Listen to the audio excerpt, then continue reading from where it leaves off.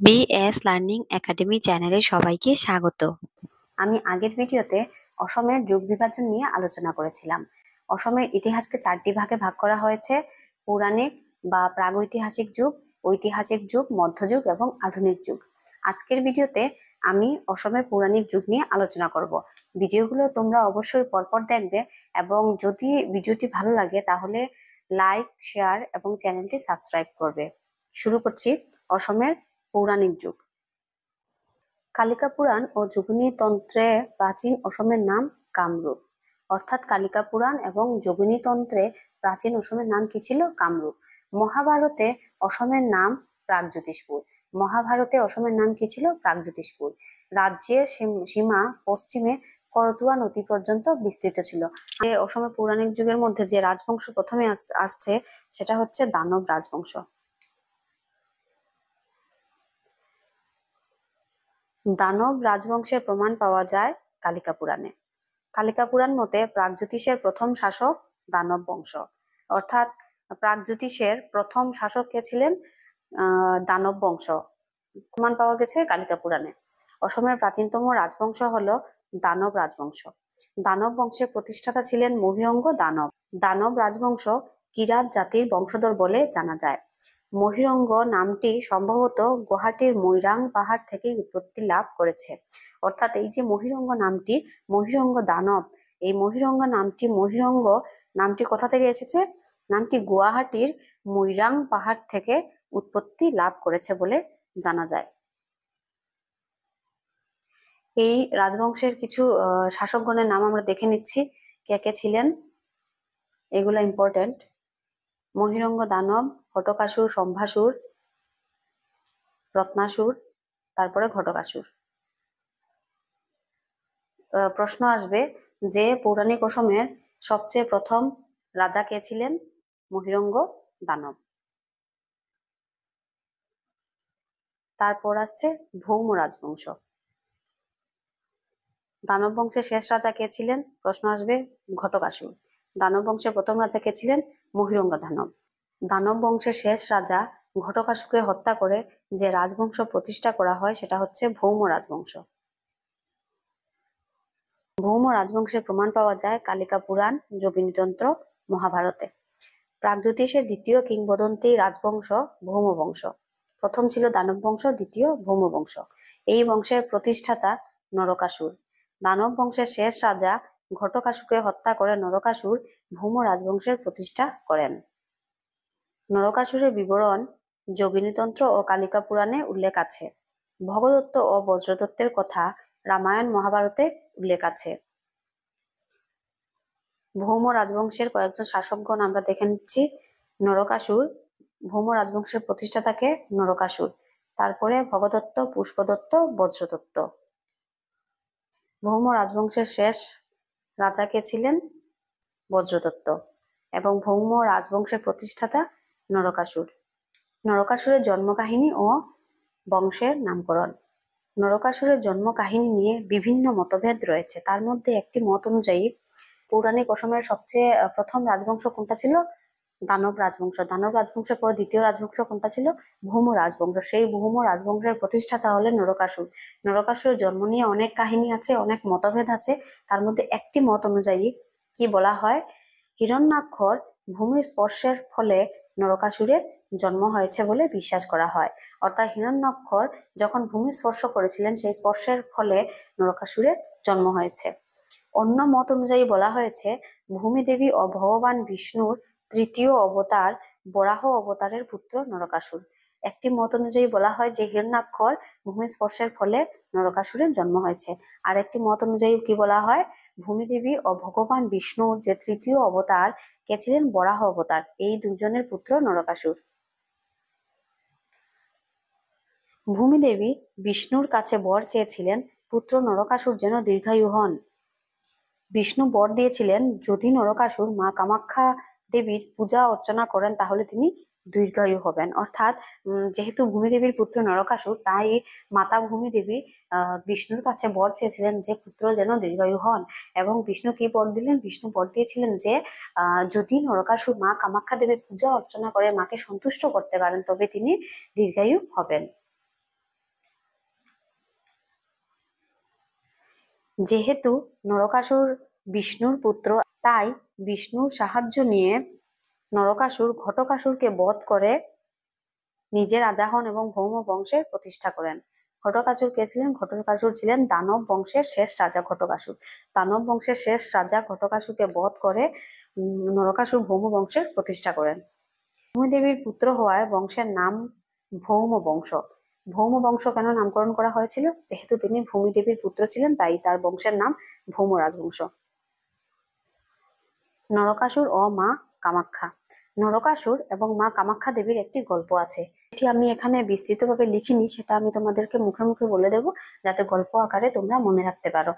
যেহেতু ভূমিদেবী বর চেয়েছিলেন বিষ্ণুর কাছে যে তার পুত্র নরকাসুর যেন দীর্ঘায়ু হন, উত্তরে বিষ্ণু বলেছিলেন যে নরকাসুর যদি মা কামাখ্যা দেবীকে পূজা অর্চনা করে তুষ্ট করতে পারেন বা সন্তুষ্ট করতে পারেন তখনই তিনি দীর্ঘায়ু হবেন। তো সেই কথা মতো নরকাসুর মা কামাখ্যার পূজা অর্চনা করতে শুরু করে। একদিন সে মা কামাখ্যাকে বিবাহের প্রস্তাব দিয়ে ফেলে, কিন্তু মা কামাখ্যার শর্ত ছিল নীলাচল পাহাড়ের ভিতর দিয়ে যদি এক রাতের ভিতর ভোর হওয়ার পূর্বে তিনি রাস্তা নির্মাণ করতে পারেন, রাস্তার কাজ কমপ্লিট করতে পারেন, তাহলেই তিনি তাকে বিবাহ করবেন। এটা ছিল মা কামাখ্যার শর্ত। যখন তিনি দেখলেন যে এক রাতের ভিতর নরকাসুর রাস্তা নির্মাণ প্রায় শেষ করে ফেলছেন, তখন মা কামাখ্যা দেবী ভয় পেয়েছিলেন যে শর্ত অনুযায়ী যদি তিনি ভোর হওয়ার পূর্বে রাস্তার কাজ কমপ্লিট করে ফেলেন তাহলে নরকাসুরকে তাকে বিবাহ করতে পারে, কিন্তু ভগবানের সাথে তার বিবাহ কি করে সম্ভব? মা কামাখ্যা ভয়ে একটি মুরগির গলা টিপে ধরলেন।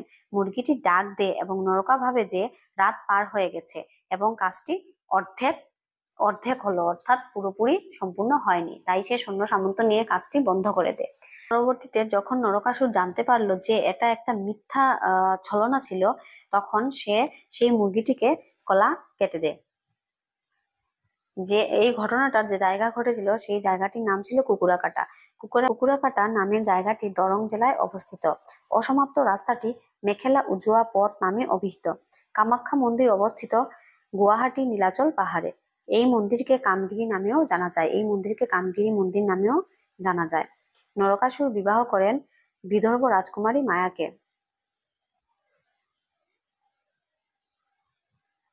আচ্ছা, পৌরাণিক মত অনুযায়ী নরকাসুরকে বধ করতে এসে বিশ্রামের জন্য ঘোড়াদের যে জায়গায় রেখেছিলেন সেই জায়গাটির নাম অশ্বক্লান্ত মন্দির। পৌরাণিক মত অনুযায়ী শ্রীকৃষ্ণ নরকাসুরকে বধ করার জন্য এসে তার ঘোড়াগুলি এক সময় ভীষণ পরিশ্রান্ত হয়ে যায়, এবং যখন ঘোড়াগুলি পরিশ্রান্ত হয়ে যায় তখন তারা বিশ্রামের জন্য যে জায়গায় শ্রীকৃষ্ণ তার ঘোড়াকে রেখেছিলেন সেই জায়গার নাম হলো অশ্বক্লান্ত মন্দির। 1720 খ্রিস্টাব্দে আহোম রাজা শিবসিংহ এই মন্দির প্রতিষ্ঠা করেন। এই মন্দিরটি প্রতিষ্ঠিত হয় কিন্তু 1720 খ্রিস্টাব্দে আহোম রাজা শিবসিংহের হাতে। শ্রীকৃষ্ণ নরকাসুরকে হত্যা করেন। বিষ্ণু পুরাণ মতে বলা হয় যে শ্রীকৃষ্ণই নরকাসুরকে হত্যা করেন। শ্রীকৃষ্ণ নরকাসুরের সেনাপতিকে হত্যা করেন। নরকাসুরের সেনাপতির নাম ছিল মুরা, সেই জন্য শ্রীকৃষ্ণের আরেক নাম মুরারি। শ্রীকৃষ্ণ নরকাসুরের সেনাপতিকে হত্যা করেছিলেন যার নাম ছিল মুরা, এবং মুরাকে হত্যা করার ফলে শ্রীকৃষ্ণের আরেক নাম হয় মুরারি।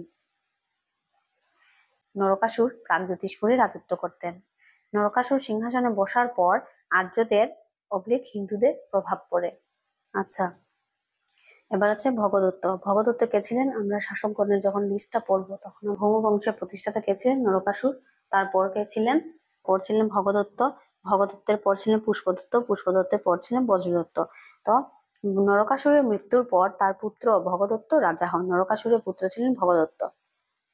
রাজসূয় যজ্ঞে যুধিষ্ঠিরকে সাহায্য করতে অর্জুন যে সকল রাজ্য জয় করেছিলেন তার মধ্যে প্রথম পরাজিত ভগদত্ত। যজ্ঞের মধ্যে যুধিষ্ঠিরকে সাহায্য করতে অর্জুন কয়েকটি রাজ্য জয় করেছিলেন, তার মধ্যে যে সবের প্রথম পরাজিত হয়েছিলেন তিনি হচ্ছেন ভগদত্ত। ভগদত্তের দুজন কন্যা নাম ভানুমতি ও ধানুমতি। আচ্ছা, এটা ভগদত্ত বানানটা ভুল আছে, তোমরা দেখে নিও। ভগদত্তের দুজন কন্যা ছিলেন, নাম কি ছিল? ভানুমতি এবং ধানুমতি। ভগদত্তের কন্যা ভানুমতির বিবাহ হয়েছিল দুর্যোধনের সাথে। কুরুক্ষেত্র যুদ্ধে বা কুরুক্ষেত্রে ভগদত্ত দুর্যোধনের অর্থাৎ কৌরবের পক্ষে যুদ্ধ করেছিলেন। ভগদত্তের কাহিনী মহাভারতের দ্রোণ পর্বে উল্লেখ আছে। In Mahabharata, Bhagadatta is referred to as the mighty king of the Mlechas. মহাভারতে ভগদত্তকে বলা হয় the mighty king of the Mlecha. He was also known as শৈলালয় পর্বতপতি and Purba সাগরভাসী in Mahabharata. মহাভারতে ভগদত্তে বলা হয় শৈলালয় পর্বতপতি and পূর্ব সাগরভাসী। এগুলো কিন্তু ভীষণ ইম্পর্টেন্ট, আমি একদম পয়েন্ট ওয়াইজ দিয়ে দিলাম, পরীক্ষায় কিন্তু এগুলো আসেই। ভগদত্ত ওয়াজ কিল বাই অর্জুন। ভগদত্তকে কে হত্যা করেছিলেন? অর্জুন। কুরুক্ষেত্রের 12 দিনের দিন দ্রোণ পর্বে উল্লেখ আছে। মহাভারতের দ্রোণ পর্বে ভগদত্তের উল্লেখ আছে। আমি আগেই বলেছিলাম কুরুক্ষেত্রের 12 দিনের দিন অর্জুন ভগদত্তকে হত্যা করে। নরকাসুরকে কে হত্যা করেছিলেন? শ্রীকৃষ্ণ। এবং ভগদত্তকে হত্যা করেছিলেন Arjun. ভগদত্ত's elephant name was Supratik. ভগদত্তের একটা হাতি ছিল, যে হাতির উপরে উঠে তিনি যুদ্ধ করতেন। ভগদত্তের হাতির নাম ছিল সুপ্রতীক। গুয়াহাটির দিঘলি পুকুরি ভগদত্তের কন্যা ভানুমতি স্বয়ংবরের সময় খনন করা হয়েছিল। গুয়াহাটির যে দিঘলি পুকুরি আছে সেটা ভগদত্তের কন্যা ভানুমতির স্বয়ংবরের সময় খনন করা হয়েছিল। ভগদত্তের পর যিনি রাজা হন তিনি হচ্ছেন পুষ্পদত্ত, এবং পুষ্পদত্তের পর যিনি রাজা হন তিনি ছিলেন বজ্রদত্ত। বজ্রদত্তের কাহিনী মহাভারতের অশ্বমেধ পর্বে উল্লেখ আছে। আমি বাংলাটা পড়ে নিলাম, এখন আছে ইংলিশ ভার্সন। যাদের মনে হচ্ছে বাংলায় সুবিধা তারা বাংলাটা পড়বে, যাদের মনে হচ্ছে ইংলিশ সুবিধা তারা ইংলিশটা দেখে নেবে। Mythological period of Assam. Ancient Assam is known in the Puran and Tantras as Kamrup. It is mentioned in the Mahabharata as Pragjyotishpur. River Karatua is mentioned as the westernmost boundary of Kamrup. Danam dynasty. According to mythology, the earliest dynasty of Assam is the Danab dynasty. The non-Aryan chief Mahiranga Danab is believed to be the earliest king of Assam. He was popularly known as Moirang. A hill on the Shillong-Guwahati road near Beltola is still known as Morang Parbat.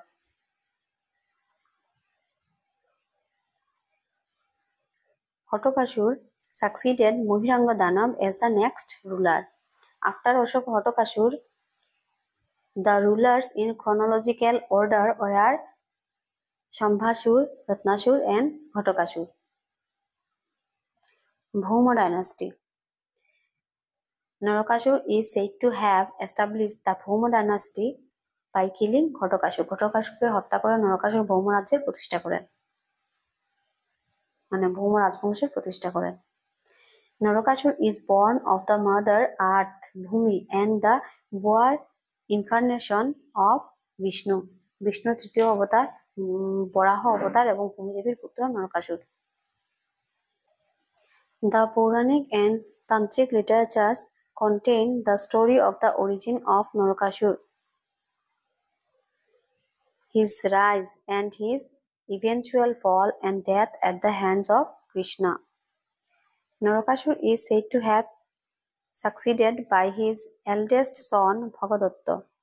Another name of Bhagadatta is Shailalay. It means one whose home is Shaila or mountain. According to the Mahabharata, Bhagadatta has extraordinary skill in battlefield and is also said to have taken part in the Kurukshetra war on the side of the Kauravas. The name of Bhagadatta's elephant is Supratik. The big tank Digholi Pukuri at the Panbazar area of Guwahati is said to have been excavated by Bhagadatta at the time of marriage of his daughter Bhanumati with Duryodhana, Duryodhan. After Bhagadatta, Vajradatta ascended the throne. এটাই ছিল আজকের আলোচনা। আমার বাংলাটাও বুঝিয়ে দিলাম, যাদের বাংলাতেও সুবিধা হয় তারা ইংলিশটাও দেখতে পারো। তো এই থাকছে, এবং একদম পয়েন্ট ওয়াইজ থাকবে এবং কনসেপ্ট আলোচনা করা হবে। তোমরা এটা দেখে নিও, এবং পরপর ভিডিওগুলো থাকবে অসমের সম্পূর্ণ ইতিহাস নিয়ে। তোমরা ভিডিওগুলো পরপর দেখবে। আর যদি ভিডিওগুলো ভালো লাগে অবশ্যই লাইক, শেয়ার এবং চ্যানেলটি সাবস্ক্রাইব করবে। এইভাবে বিভিন্ন ভিডিওগুলো পরপর থাকবে আমাদের TET, CTET, LP, UP, higher secondary, high school, ADRE সব ধরনের কম্পিটিটিভ এক্সামের জন্য তোমরা প্রস্তুত নিতে পারো। আজকে ভিডিও এতটুকুই। সকলকে ধন্যবাদ।